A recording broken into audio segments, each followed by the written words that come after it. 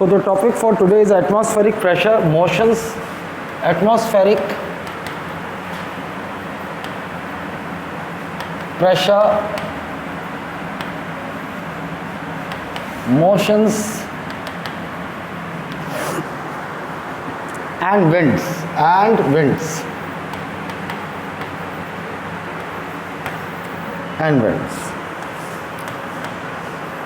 So the basic property of air क्या है? It moves from high pressure area to a lower pressure area. High pressure area to a lower pressure area. Air always flows from high pressure area to lower pressure area. ठीक है?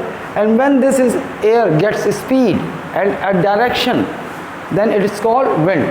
जो ये air है, atmosphere में जो air है, when it gets direction and speed, it's called wind. ये देखो हाई प्रेशर एरिया कैसे डेवलप होगा, हाई प्रेशर के एरिया कैसे है. एकदम नॉर्मल टेंडेंसी जो होती है when we talk of horizontal distribution of atmospheric pressure. तो क्या होता है, मान लो ये सन है और सन की हीट इस पर्टिकुलर स्पॉट पर पड़ रही है ना. When it falls on this particular spot, then this particular spot will get heated up. और हीट होगा अगर ये अर्थ का surface, we are talking about earth surface no. If this earth surface gets heated up, then the air above its surface will also get heated up. वो भी गर्म हो जाएगा. अर्थ के सरफेस अगर गर्म होता है तो इसके ऊपर की जो एयर है वो भी गर्म हो जाएगी. और एयर की प्रॉपर्टी क्या है, एयर क्या है, नथिंग बट अ गैस. और ये जो अगर ये गैस या एयर ये हीटेड अप हो जाएगी तो क्या होगा, इसके मॉलिक्यूल्स एक्सपेंड हो जाएंगे. एयर की प्रॉपर्टी है, गैस की प्रॉपर्टी है, जो मॉलिक्यूल्स होंगे वो क्या करेंगे, बिखर जाएंगे, है ना, दूर दूर हो जाएंगे. दूर दूर हो जाएंगे मतलब जो गैस या एयर जो गर्म हो जाती है तो हल्की हो जाएगी. और हल्की हो जाएगी तो क्या होगा, वो इधर बनेगा कि यहाँ बनेगा, हाई प्रेशर यहाँ बनेगा कि यहाँ बनेगा. हाई प्रेशर सन इस सन रेज जो है यहाँ मतलब समझ जाओ दोपहर की गर्मी है और अर्थ पे सीधे सन रेज पड़ रही है, तो हाई प्रेशर यहाँ बनेगा कि यहाँ बनेगा, यहाँ बनेगा. पगली कंफ्यूज काहे हो रही है. सन रेज अर्थ के इस सरफेस पर पड़ रही है तो यहाँ पर क्या प्रेशर, कैसा प्रेशर डेवलप होगा, लो प्रेशर डेवलप होगा. कैसे डेवलप होगा, ये अर्थ सरफेस के ऊपर की एयर, चूंकि ये अर्थ सरफेस गर्म हो रहा है तो ऊपर की एयर भी गर्म हो जाएगी, हीट ट्रांसमिट हो जाएगा, एयर गर्म हो जाएगी. और गैस की प्रॉपर्टी है, जानते हो ना, देखो ना बलून गर्म करते हैं, आग जलता है तो वो जो एयर होता है वो गर्म होके फिर बलून कैसे ऊपर जाता है, क्योंकि वो उस बलून के अंदर की एयर को क्या करता है, गर्म करता है. गर्म कर देता है तो एयर के जो मॉलिक्यूल्स होते हैं वो एक्सपैंड हो जाते हैं. और एक्सपैंड हो जाते हैं मतलब गैस हल्की हो जाती है. और एयर की प्रॉपर्टी क्या है, फिर वो ऊपर की ओर जाने की कोशिश करेगी लाइट होकर, इसीलिए बलून उड़ता है. बिल्कुल वही कंसेप्ट याद रखना. ये जो अर्थ सरफेस है इसके ऊपर की एयर, अगर मान लो ये सरफेस, अर्थ सरफेस गर्म हो रही है तो इसके सरफेस के ऊपर की एयर ये भी गर्म हो जाएगी. जो मॉलिक्यूल्स होंगे गैस के या एयर के वो एक्सपैंड हो जाएंगे. और ये क्या, इसकी टेंडेंसी क्या होगी, the air will tend to rise up, हल्की होकर ऊपर जाने की कोशिश करेगी. इसका मतलब ये जो एयर है ये ऊपर चली गई गर्म होकर, तो यहाँ पे क्या क्रिएट हो जाएगा, वैक्यूम. यहाँ क्या क्रिएट हो जाएगा, वैक्यूम. या सरफेस के एयर जो है सारी गर्म होकर ऊपर चली गई तो यहाँ पर क्या क्रिएट हो जाएगा, वैक्यूम क्रिएट हो जाएगा. वैक्यूम क्रिएट हो गया. अच्छा, with respect to this earth surface पर मान लो यहाँ पर ज़्यादा गर्मी नहीं है, with respect to that spot. ठीक है, समझ जाओ यही एक बड़ा सा स्पॉट है. यहाँ के सरफेस को हम गर्म कर रहे हैं तो यहाँ पर कैसा प्रेशर हो गया, लो प्रेशर एरिया. यहाँ पर कैसा हो जाएगा, low pressure. High temperature low pressure, याद रखना उल्टा होगा, हाई टेम्परेचर लो प्रेशर, है ना. अगर सन रेज अगर इस अर्थ सरफेस को हम यहाँ वाली को गर्म कर रहे हैं तो हाई टेम्परेचर हुआ. तो हाई टेम्परेचर होगा तो गैस एक्सपेंड होकर लाइटर होकर ऊपर की ओर जाएगी. ऊपर की ओर जाएगी तो एयर का प्रेशर यहाँ रहेगा क्या, जब एयर ऊपर की ओर चली गई तो एयर का प्रेशर क्या हुआ, यहाँ लो हो गया. ठीक. अच्छा, इसी इस पर्टिकुलर स्पॉट पर मान लो ये वाला स्पॉट है, यह वाला स्पॉट गर्म नहीं है, इस वाले स्पॉट को गर्मी नहीं मिल रही है, तो यहाँ की एयर डेंसर रहेगी, इस स्पॉट के ऊपर की एयर क्या रहेगी, लाइट होगी कि भारी होगी, भारी होगी, डेंस होगी, डेंस होगी। तो यहाँ पर मतलब टेम्परेचर लो है, तो यहाँ पर प्रेशर क्या होगा, हाई। तो टेम्परेचर अगर लो है तो प्रेशर हाई, और यहाँ पर टेम्परेचर अगर हाई है तो प्रेशर लो। और एयर की प्रॉपर्टी होती है कि air always move from high pressure to low pressure area. क्यों? क्योंकि यहाँ पर एयर, यहाँ की सरफेस की एयर लाइट होके ऊपर की ओर रेज हो गई, यहाँ वैक्यूम क्रिएट हो गया, और जो उसके पास में जो हाई प्रेशर एरिया होगा, एयर यहाँ से जल्दी से इस लो प्रेशर, इस खाली जगह को भरने की कोशिश करेगी, रश करेगी। समझ गई ये चीज़, है ना। एटमॉस्फेरिक प्रेशर का बेसिक प्रिंसिपल यही। अब उसके बाद देखो कुछ फैक्ट्स हैं जो आपके नोट्स में रहेगा। Air pressure is maximum at sea level. आपको क्वेश्चन पूछ दिया कि एक सरफेस, अर्थ सरफेस है और एक सी लेवल है, तो एयर प्रेशर मैक्सिमम कहाँ होगा, सी लेवल। ठीक है, क्यों? अब इसके बारे में सोचो, मान लो ये लैंड है और ये सी लेवल, ये सी लेवल है। अब मुझे बताओ कि यहाँ पर एयर प्रेशर यहाँ ज़्यादा होगा, क्यों ज़्यादा होगा?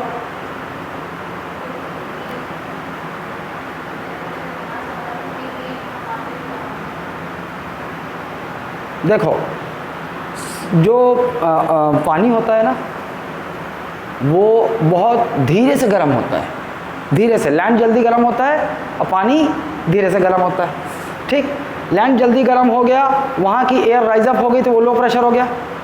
और यहाँ अगर अभी विथ रिस्पेक्ट टू लैंड, अगर ये सी लेवल है और ये अभी कम है, ठंडा है, तो यहाँ क्या होगा, हाई एयर प्रेशर। तो एयर प्रेशर मैक्सिमम कहाँ होगा, सी लेवल पे होगा विथ रिस्पेक्ट टू लैंड। ठीक है, नाउ मिली बार, एक कंसेप्ट है मिली बार। मिली बार ये क्या है, millibar, millibar unit of measuring air pressure. Fact आपको याद होना चाहिए, मिली बार क्या है, unit of measuring air pressure. Millibar, this is a unit of measuring air pressure, measuring air pressure, ये हो गया। लेकिन एक स्टैंडर्ड यूनिट भी होता है, इंटरनेशनल स्टैंडर्ड IS यूनिट, है ना, उसके हिसाब से क्या है, पास्कल, उसके हिसाब से pascal. So millibar and pascal they are unit of measuring air pressure, ये याद रखना आप लोग। ठीक है, IS unit, instrument to measure air pressure. एक और, अब एयर प्रेशर को मेजर करने के लिए जो इंस्ट्रूमेंट है उसको क्या कहते हैं, barometer, that is barometer. So barometer, what is barometer? Barometer is an instrument to measure air pressure. ये क्या है, यूनिट्स हैं, एयर प्रेशर के यूनिट्स हैं, और ये क्या है, इंस्ट्रूमेंट जिससे एयर प्रेशर नापते हैं। ठीक है, there is a drop in air pressure with an increase in altitude. अब एक और देखो क्या बोल रहा है कि जैसे जैसे अपन ऊपर जाएंगे, हाइट में ऊपर जाएंगे, सरफेस से ऊपर की ओर जाएंगे, तो एयर प्रेशर क्या होगा, लो होता जाएगा। एयर प्रेशर क्या होगा, लो होता जाएगा। सरफेस पे हाई है मान लो, धीरे जैसे जैसे हम एल्टीट्यूड में ऊपर जाएंगे तो एयर प्रेशर क्या होगा, लो होगा। ठीक है, लो क्यों होगा, है ना, टेम्परेचर ड्रॉप होता है, जैसे जैसे ऊपर जाते हैं टेम्परेचर ड्रॉप होता है, टेम्परेचर ड्रॉप होगा तो एयर प्रेशर लो हो। उल्टा नहीं बोल रही हो?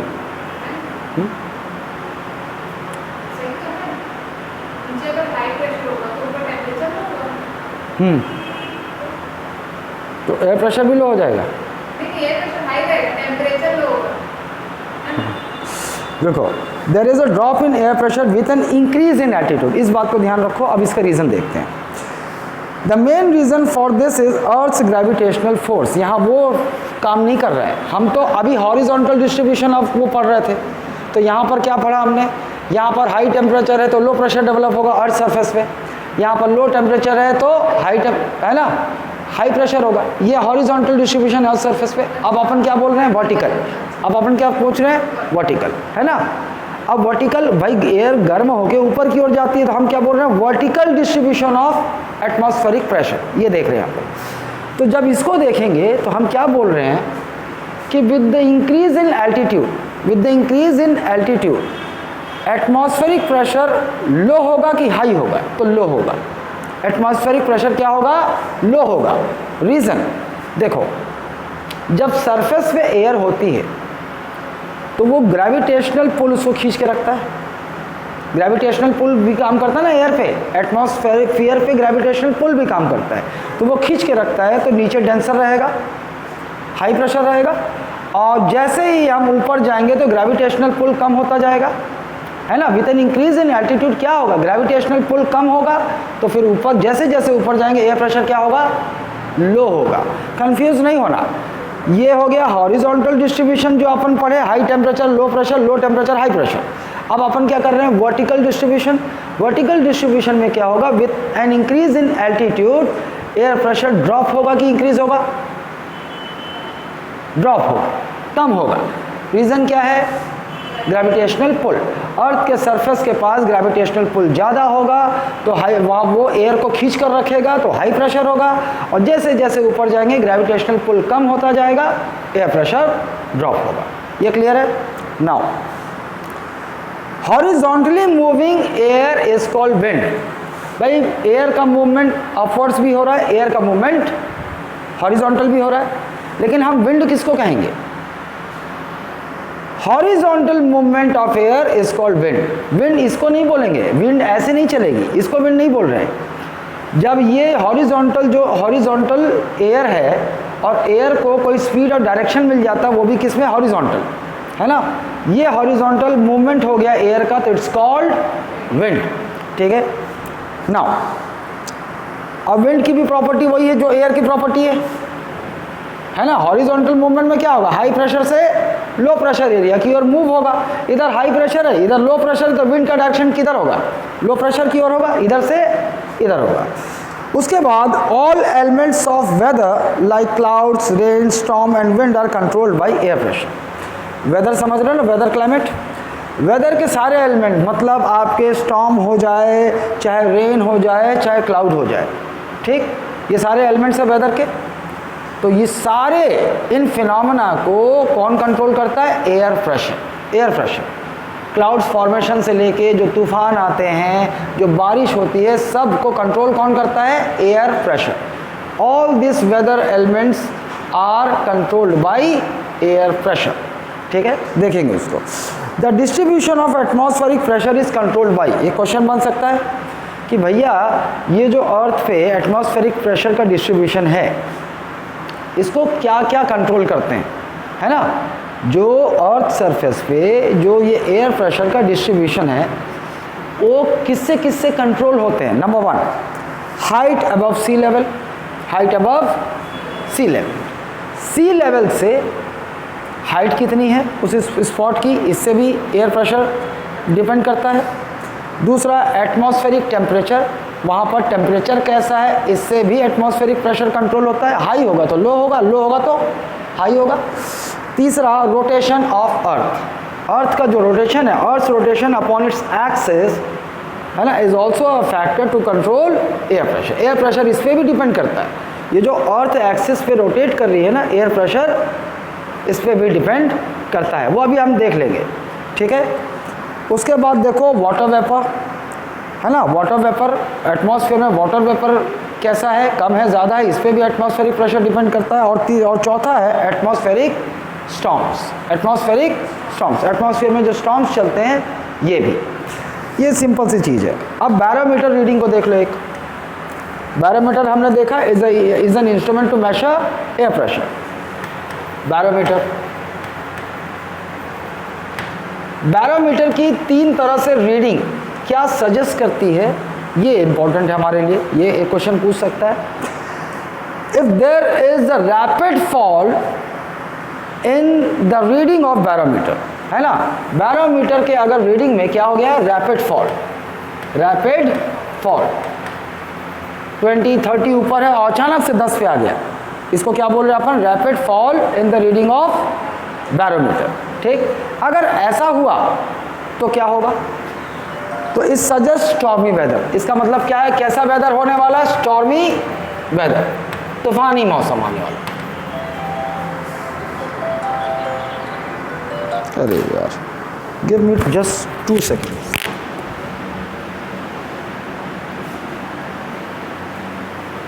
ठीक है, तो ये बैरोमीटर की 3 तरह से रीडिंग है ना, वो क्या सजेस्ट करती है, यहाँ से क्वेश्चन बन सकता है, दरवाजा बंद कर दो। If there is a rapid fall, है ना, in the reading of barometer, then what does it suggest?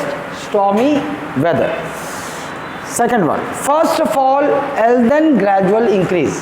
पहले क्या होगा, ये पहले first fall हुआ reading and then gradual increase and then gradual increase.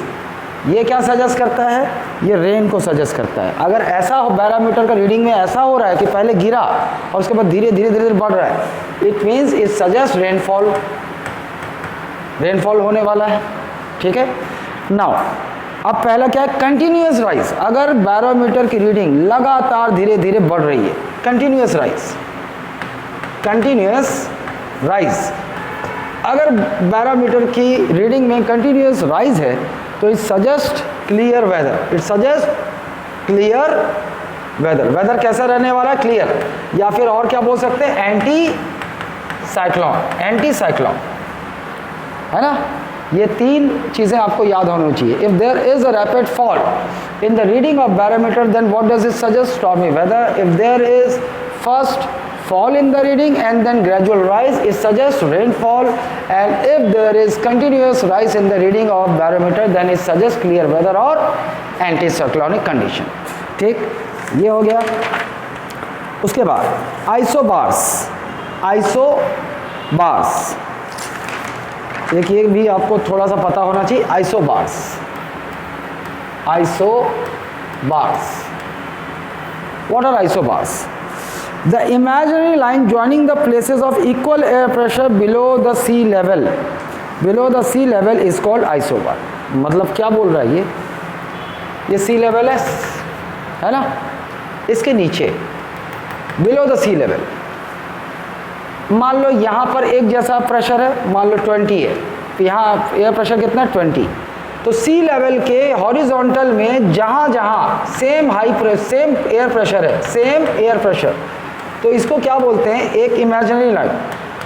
C level के नीचे दो स्पॉट, इसी अर्थ पे दो स्पॉट जहाँ पर एक जैसा एयर प्रेशर हो, तो एक इमेजिनरी लाइन ड्रॉ की जाती है। So this is what are isobars, an imaginary line joining the two spots below sea level having equal high pressure, इसको क्या बोलते हैं हम, आइसोबार्स।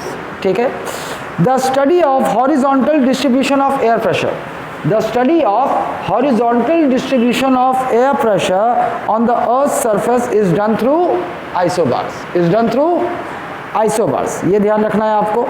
ठीक, the mutual distances of isobaric lines show the direction and rate of difference। अब एक isobaric line ये है, ठीक है, और इसके नीचे मान लो यहाँ पर एक एयर प्रेशर है, यहाँ पर एयर प्रेशर 10 है, ठीक, यहाँ भी 10 है, इक्वल एयर प्रेशर, तो एक इमेजिनरी लाइन यहाँ से यहाँ तक ड्रॉ कर दिए। तो ये क्या हुआ, क्या बोल रहे हैं हम, आइसोबार्स क्या है, below sea level two spots having equal air pressure, इसको हम क्या बोलेंगे, an imaginary line joining the two spots having equal air pressure is isobar. ठीक, तो भैया अलग अलग एयर प्रेशर होंगे ना, यहाँ अलग एयर प्रेशर होगा, यहाँ अलग होगा, यहाँ अलग होगा, तो वैसे यहाँ भी हो गया, तो उस इमेजिनरी लाइन ड्रॉ की। अगर ये लाइन आइसोबैरिक लाइन बहुत क्लोज हैं, दो एटमॉस्फेरिक प्रेशर, दो एयर प्रेशर की isobaric lines, they imaginary lines, if they are very close या फिर बहुत दूर हैं, तो ये क्या बताता है, it shows the direction and rate of difference in air pressure, this is called pressure gradient. देखो ये आइसोबैरिक लाइंस जो होंगी, ये पास है कि ये दूर है ना, पास होगा तो कुछ और सजेस्ट करेगा, दूर होगा तो कुछ और सजेस्ट करेगा। ये पास हो या दूर हो, तो ये क्या सजेस्ट करता है, इट सजेस्ट द डायरेक्शन, वहाँ पर एयर का डायरेक्शन क्या है, और rate of difference, rate of difference समझ रहे हो, एटमॉस्फेरिक प्रेशर का डिफरेंस कितना है, इन दोनों को मिलाकर हम क्या कहते हैं, it is called pressure gradient, pressure gradient, pressure gradient, pressure gradient. फिर से सुन लो, the mutual distances of isobaric lines, ये एक आइसोबैरिक बार हो गया, ये आइसोबार हो गया, ठीक। The mutual distances of isobaric lines show the direction and rate of difference in air pressure, this is called pressure gradient. Isobars close to each other, अगर isobar बहुत क्लोज हो गए, एक आइसोबार हो गया, एक आइसोबार हो गया, अगर ये बहुत क्लोज हैं तो pressure gradient is greater. If two isobaric lines they are very close to each other, then with respect to pressure gradient हमें क्या समझना है? Pressure gradient is greater. Pressure gradient is greater.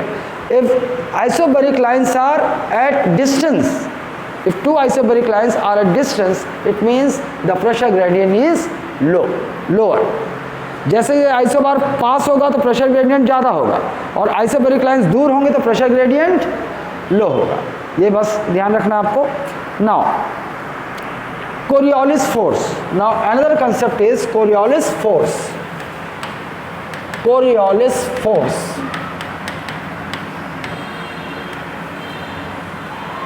Coriolis force. अब इसको अपन जो diagram होगा उससे देखते हैं. हाँ, इसी डायग्राम में देख लो. देखो, पहले डेफिनेशन सुनो, उसके बाद आपको समझ में आ जाएगा. It is an apparent force which arises from the rotation of the earth. Coriolis force क्या है? It is an apparent force, है ना.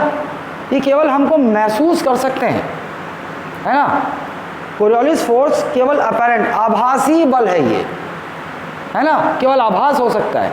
कैसे हो सकता है? क्यों? क्योंकि it depends upon the rotation of the अर्थ. तो कोरियोलिस फोर्स, अगर अर्थ का रोटेशन नहीं होता, अर्थ रोटेट नहीं करती अपनी एक्सिस पे, तो कोरियोलिस फोर्स भी नहीं होता, है ना. तो कोरियोलिस फोर्स किसकी वजह से हो रहा है? Because of earth's rotation on its axis. ठीक है. और हम तो ये जानते हैं अर्थ अपने एक्सिस पे रोटेट करती है. कौन से डायरेक्शन में? West to east. तो जब देखो, अब हमने दो डिस्ट्रीब्यूशन हमें देखने हैं. एक तो भैया एयर प्रेशर का वर्टिकल डिस्ट्रीब्यूशन, भाई सरफेस की एयर गर्म हो जाती है, ऊपर की ओर जाती है, हाई प्रेशर से लो प्रेशर की ओर यहाँ भी जा रही है ना. ठीक. और हॉरिजॉन्टल डिस्ट्रीब्यूशन हमने देखा. अब देखो, ये सरफेस पे अर्थ के ग्लोब पर वर्टिकल वाला छोड़ दो, अभी ये क्या है? This is horizontal distribution of atmospheric pressure on earth. उससे पहले हमें ये देखना होगा. कैसे समझोगे? This is equator. ठीक. This is equator. Equatorial low pressure.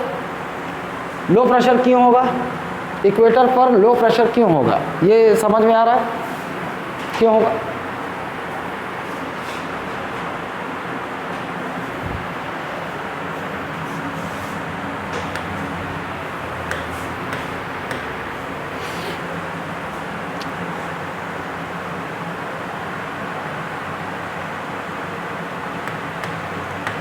तुम लोग पढ़ चुके हो उसको. देखो यहाँ समझ में आएगा.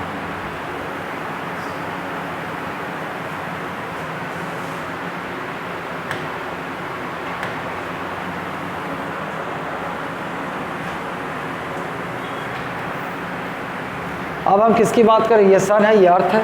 अर्थ रिवॉल्व कर रहा है सन के अराउंड. ओके. और हमें ये पता है कि earth is inclined 23.5 degree on its axis. ये भी पता है. इंक्लिनेशन के साथ ये रिवॉल्व करता है. ठीक. इस इक्विनॉक्स में हमको दो बार दिखता है. ये मतलब इक्विनॉक्स नहीं, ये तो सीजनल चेंजेस हैं, रेवोल्यूशन ऑफ अर्थ. एक इस स्पॉट पे पहुंचता है अर्थ, और एक ये स्पॉट है ना. जब अर्थ इस स्पॉट पे पड़ रहा है तो सनरेज हॉरिजॉन्टल कहाँ है? कहाँ? वर्टिकल कहाँ है सनरेज? याद है tropic of cancer, tropic of capricorn. ये इक्वेटर है, तिरछा है तो ये इक्वेटर है, तो ये क्या हो गया? Tropic of cancer. और ये क्या हो गया? Tropic of capricorn. ठीक है. तो इस पर्टिकुलर स्पॉट पे सनरेज वर्टिकल कहाँ है? ट्रॉपिक ऑफ कैंसर पे, है ना. और हम ये जानते हैं अब 3 महीने तक ट्रॉपिक ऑफ कैंसर से सनरेज धीरे धीरे क्या होगा? नीचे की ओर आएगा. और कहाँ आएगा? इस स्पॉट पे. कहाँ वर्टिकल हो गया? इक्वेटर पर वर्टिकल हो गया, है ना. तो इस 3 महीने में सनरेज कैंसर से वर्टिकल और खिसकते कहाँ वर्टिकल हो गया? यहाँ पर, इक्वेटर पर. इसका मतलब ये हुआ. और फिर अगले 3 महीने में क्या होगा? फिर सनरेज यहाँ से वर्टिकल होते होते कहाँ हो जाएगी? कहाँ पे वो हो गई? किधर वर्टिकल हो गई? ट्रॉपिक ऑफ कैप्रिकॉन पे. इसका मतलब ये है कि हमने 6 महीने में, हम पूरे साल भर में हमने क्या देखा कि ये जो सन रेज जो वर्टिकल हो रही हैं, ये या तो कैंसर से खिसक कर इक्वेटर तक आती हैं, फिर इक्वेटर से खिसक कर कैप्रिकॉर्न तक जाती, फिर कैप्रिकॉर्न से वापस इक्वेटर तक आती, फिर इक्वेटर से कैंसर तक जाती। यही देखे थे हम लोग। साल भर जो सन रेज किसके किसके बीच वर्टिकल रहती है, कैंसर और कैप्रिकॉर्न के बीच ही वर्टिकल होती है ना, ठीक है। इसका मतलब ये है कि भले यहाँ पर वर्टिकल हो पर लेकिन भाई सन रेज के सामने तो है इक्वेटर, इसीलिए तो हम बोलते हैं कि इक्वेटर जो है वो हमेशा गर्म रहता है। वहाँ कभी ठंडी आती है क्या? ठंडी के सीज़न वहाँ पता चलेगा? नहीं पता चलेगा। वहाँ पर हमेशा इक्वेटर पे सन रेज के डायरेक्ट एक्सपोजर में रहेगा तो इक्वेटर हमेशा गर्म रहेगा। तो इक्वेटर, अगर इक्वेटर मतलब ये अर्थ है और इक्वेटर पे सन रेज वर्टिकल है तो इक्वेटर हमेशा गर्म रहेगा। हमेशा गर्म रहेगा तो वहाँ की एयर क्या होगी, उस इक्वेटर पर अर्थ सरफेस की एयर गर्म होकर ऊपर की ओर जाएगी। तो यहाँ हमेशा कौन सा प्रेशर रहेगा? लो प्रेशर रहेगा। इसीलिए 0 से 5 डिग्री, अब प्रेशर बेल्ट्स देखो, एक तो 0 से 5 डिग्री नॉर्थ, 0 से 5 डिग्री नॉर्थ और 0 से 5 डिग्री साउथ, ये एक प्रेशर बेल्ट हो गया जिसे हम क्या बोलेंगे, इक्वेटोरियल लो प्रेशर बेल्ट, ठीक। अच्छा, फिर ये देखो यहाँ पर हाई प्रेशर बेल्ट, अभी समझो एक ये हाई प्रेशर बेल्ट, एक ये लो प्रेशर बेल्ट और ये एक, क्योंकि हाई प्रेशर बेल्ट दोनों पोल्स में होगा। तो ये जो 3 बेल्ट हैं, polar high pressure belt, equatorial low pressure belt और ये north polar high pressure belt, ये south polar high pressure belt, ये तीनों कैसे हैं? They are thermogenic. मतलब इस ग्लोब पे there are 7 air pressure belts. कितने प्रेशर बेल्ट्स हैं? 7। इस ग्लोब पे हम कितने प्रेशर बेल्ट्स हैं? 7। Out of 4 pressure belts 3 are thermogenic. मतलब ये सन की वजह से ये प्रेशर बेल्ट बनते हैं, सन की वजह से, है ना। बिकॉज ऑफ सन या solar radiation these 3 pressure belts are created over earth. ये क्लियर है? थर्मोजेनिक कह रहे हैं इनको। बाकी बचे देखो, एक ये सब पोलार, एक ये सब ट्रॉपिकल हाई प्रेशर, ये इधर का साउथ का और इधर का। ये जो चारों हैं दे आर काइनेटिक या फिर इसको बोलेंगे डायनेमिकली इंड्यूस्ड प्रेशर बेल्ट। क्या बोलेंगे? डायनेमिकली। ये थर्मोजेनिक इंड्यूस्ड प्रेशर बेल्ट हैं because these pressure belts are created because of solar radiation. और 4 जो प्रेशर बेल्ट है, मतलब ये sub polar low pressure, sub tropical high pressure north में, sub tropical high pressure south में और सब पोलार लो प्रेशर साउथ में, ये 4 pressure belt they are dynamically induced pressure belts. Clear है? ठीक है। तो how many pressure belts are there? 7। Out of these 7 pressure belts, अब देखो इसको, पहले इसको याद रखना नहीं पड़ेगा। ये तो हम जान गए इक्वेटर पे लो प्रेशर होगा कि हाई प्रेशर होगा? Low pressure. तो इक्वेटोरियल लो प्रेशर बेल्ट हो गया।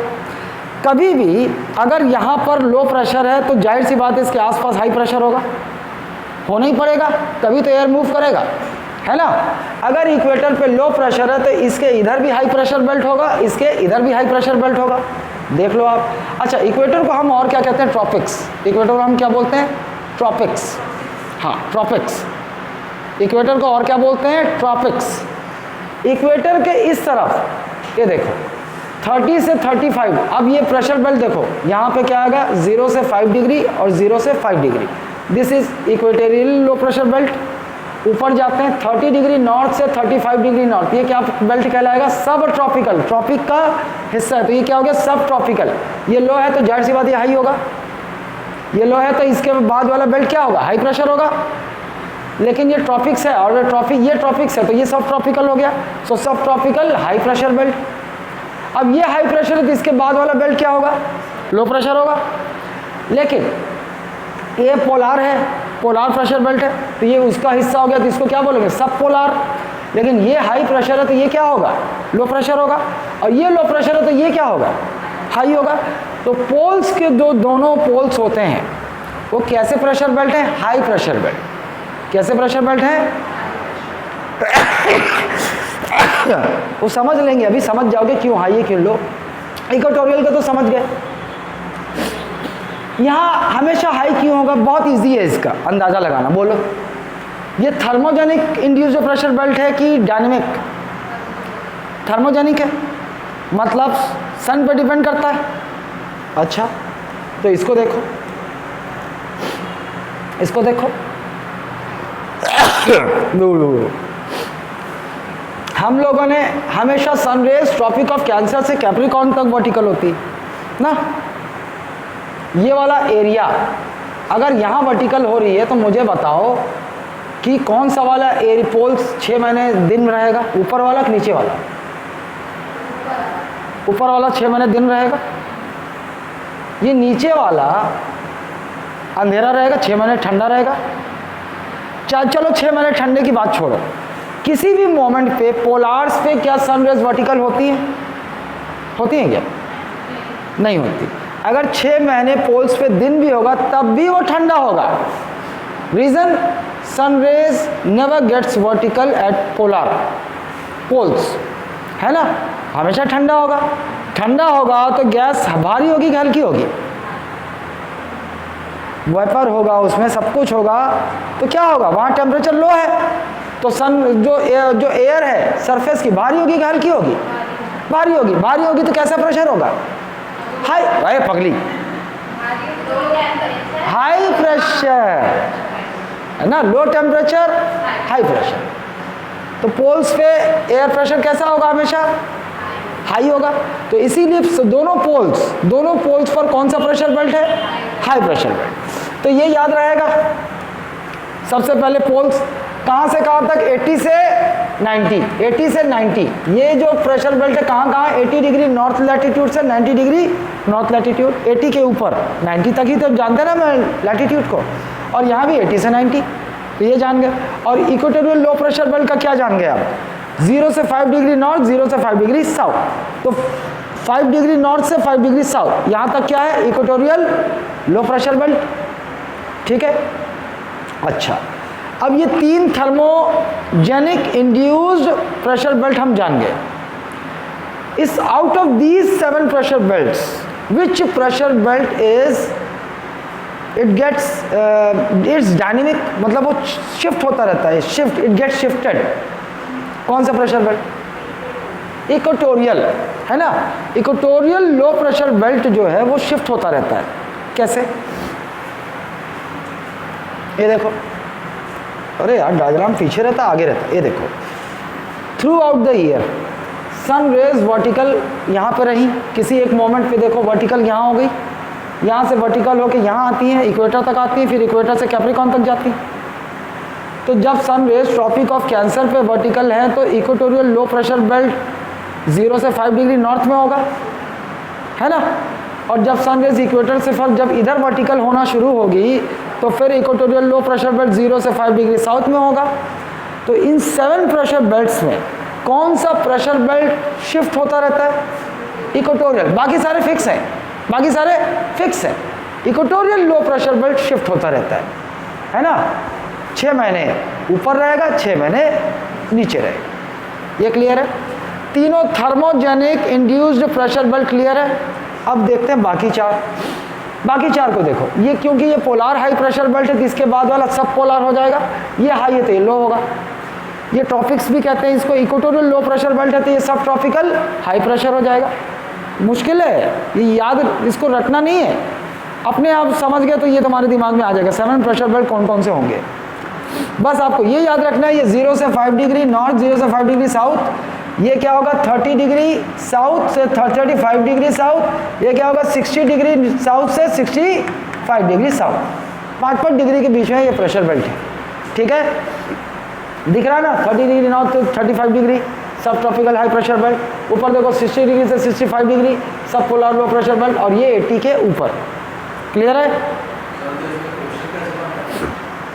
क्वेश्चन ये बोल देगा कि भैया इसमें से कौन से थर्मोजेनिक इंड्यूस प्रेशर बेल्ट है, ये पता लगा लो। इनमें से कौन से dynamically induced pressure belt. Dynamically induced pressure belt या काइनेटिक प्रेशर बेल्ट्स किसको बोलते हैं? That those pressure belts which are created due to motion of the earth, rotation of the earth. समझ रहे हो? तो उसको हम क्या बोलेंगे, they are kinetic, they are kinetic. और those pressure belts which are the result, which are because of the result of sun, they are thermogenic. Clear है? और ये भी पूछ सकते हैं भैया कि भैया सब ट्रॉपिकल हाई प्रेशर बेल्ट कौन कहाँ से कहाँ तक है, तो दो है, एक तो 30 डिग्री साउथ लैटिट्यूड से 35 डिग्री साउथ लैटिट्यूड, और ऊपर वाला 30 डिग्री नॉर्थ लैटिट्यूड से 35 डिग्री नॉर्थ लैटिट्यूड। क्लियर है? अच्छा चलो अब एक एक चलकर कोरियोलिस फोर्स पे आने वाला था ना, चलो अब वहाँ आता हूँ। हमें ये पता है हाई प्रेशर से लो प्रेशर की ओर एयर मूव करता है, ये हाई प्रेशर है, ये लो प्रेशर है, तो एयर कैसे मूव करेगा, ऐसे मूव करेगा। इधर ये हाई प्रेशर है, ये लो प्रेशर है, तो एयर कैसे मूव करेगा, इधर से इधर मूव करेगा, इधर से इधर मूव करेगा। सही बोल रहा हूँ? एयर ऐसे ही मूव करेगा ना सरफेस पे, अर्थ के सरफेस पे, ठीक, हाई प्रेशर से लो प्रेशर की ओर, ठीक। लेकिन अर्थ स्टैटिक तो नहीं है, अर्थ इज इन मोशन, अपने एक्सिस पे वेस्ट टू मुड़ता रहता है, घूमता रहता है। तो because of this motion the air gets deflected, वो सीधी नहीं रहती, जो एयर क्या होता है डिफ्लेक्ट कर जाता है, बिकॉज क्योंकि अर्थ मोशन में है ना, ये मोशन में है, तो अर्थ जो हाई प्रेशर से लो प्रेशर की ओर आ रही एयर वो सीधी नहीं आएगी, वो क्या हो जाएगी, डिफ्लेक्ट हो जाएगी, अपना पाथ से डिफ्लेक्ट हो जाएगी, है ना। तो this is because of Coriolis force. समझ रहे हो? कोरियोलिस फोर्स क्या है, is an apparent force which is created due to rotation of earth, ठीक। और इसीलिए जो एयर होती है वो थोड़ी सी डिफ्लेक्ट हो जाती है, डिफ्लेक्ट हो जाती है तो फिर एयर कैसे हॉरिजॉन्टल फ्लो करने लगती है। अब देखो इसको, the rotation of the earth causes a deflection in the direction of the wind. ये जो विंड हाई प्रेशर से लो प्रेशर की ओर आ रही है, चूंकि ये रोटेट कर रहा है तो ये क्या कर देता है, विंड को डिफ्लेक्ट कर देता है। इतना पता है, इतना ध्यान रहेगा, ठीक। Now characteristics of Coriolis force, ये जो कोरियोलिस फोर्स है उसकी characteristics, it does not contribute to the generation of winds. Coriolis force की वजह से विंड पैदा नहीं हो रही है क्या? हम तो ऐसा नहीं देखे, बस ये क्या बोल रहा है, it only affects the direction of the wind. Coriolis force only affects the direction of the wind. Coriolis force की वजह से क्या होता है, डायरेक्शन, विंड का डायरेक्शन डिफ्लेक्ट हो जाता है, बस यही चीज है। दूसरा, the Coriolis force is maximum at poles. यहां पर कोरियोलिस फोर्स मैक्सिमम होगा एंड लो एट इक्वेटर, है ना। क्यों? हाँ क्यों? क्योंकि अर्थ जब रोटेट करता है तो हम लोग देखे थे सबसे ज़्यादा स्पीड कहाँ पे होती है, अर्थ के रोटेशन वेलोसिटी पोल्स पे होती है सबसे ज़्यादा। तो जब ज़्यादा तेज़ी से वहाँ घूम रहा है तो कोरियोलिस फोर्स सबसे ज़्यादा कहाँ होगा, पोल्स पे होगा। इसे हमेशा तूफान चलता रहता है वहाँ, देखना है ना। डिफ्लेक्शन विंड का बहुत ज़्यादा होता है, जो कि इक्वेटर स्लो है क्योंकि बल्जी है एकदम, और वो स्लो चलता है क्योंकि एक तो डायमीटर भी बड़ा है और दूसरा because of gravitational pull. Gravitational pull दूर हो जाता है ना, इक्वेटर जैसे फैला हुआ है, कोर में ग्रेविटेशनल पुल होता है, जो फैला हुआ है तो ग्रेविटेशनल पुल ज़्यादा होगा कि कम होगा, अगली इक्वेटर पे कम होगा ना, दूर है, कोर से बहुत दूर है तो कम होगा। और वहाँ और ये पोल्स पे कोर से नज़दीक है। अरे ऐसे सोच पगली, ये देख संतरा देखी, संतरा देखी, वो दोनों तरफ से पिचका हुआ होता है ना, और इधर इसका पेट ऐसे ज़्यादा निकला हुआ होता है इधर पे, तो ये वाला एरिया कोर से ज़्यादा दूर है ना, तो ग्रेविटेशनल पुल कम होगा, दूर है तो। और पोल्स दबा हुआ है तो कोर से पास में है, पास है ना, पास है, देख क्या होता है, ग्रेविटेशनल पुल ज़्यादा होगा पोल्स पे। अभी समझ में आया? चलो, एक फैक्ट ये याद रखना कि the Coriolis force is maximum at poles and minimum at equator, ठीक। The Coriolis force is zero at equator, zero, यहां पर कोरियोलिस फोर्स जीरो रहेगा, धीरे धीरे धीरे जैसे ऊपर जाओगे हाई होता जाएगा, मैक्सिमम हो जाएगा पोल्स पे, ठीक। सो अब Coriolis force is the tropical cyclones do not form near the equator. ठीक है। अच्छा, ऐसे समझो कि इक्वेटर पर कोरियोलिस फोर्स 0 हो जाता है, मतलब इक्वेटर पे एयर का डिफ्लेक्शन नील हो जाएगा।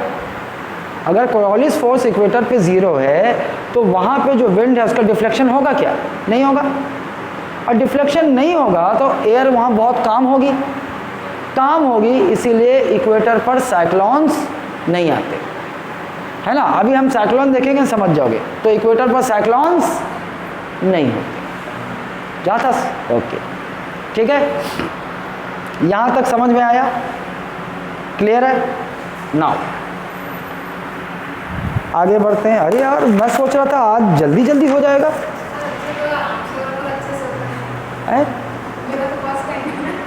कल का वीडियो गायब हो गया ना, पिछली बार का वीडियो गायब। 2 घंटे क्लास लिया था मैं।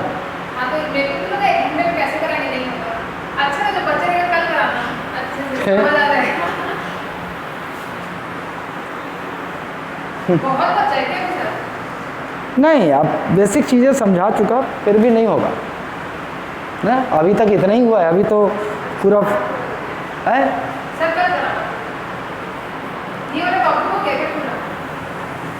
अब इससे जुड़ा हुआ फेरेल्स लॉ, बाय ओल्ड लॉ, फिर पूरे वो जो प्रेशर बेल्ट्स हैं उनके अंदर जाएंगे, उनकी खासियत देखेंगे।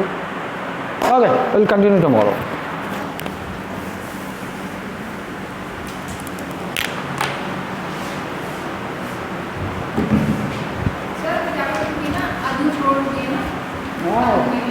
आइडिया जो एक उसका दोस्त था, सुबह आता था, हिंदी मीडियम वाला। नहीं, वो भी गाया था।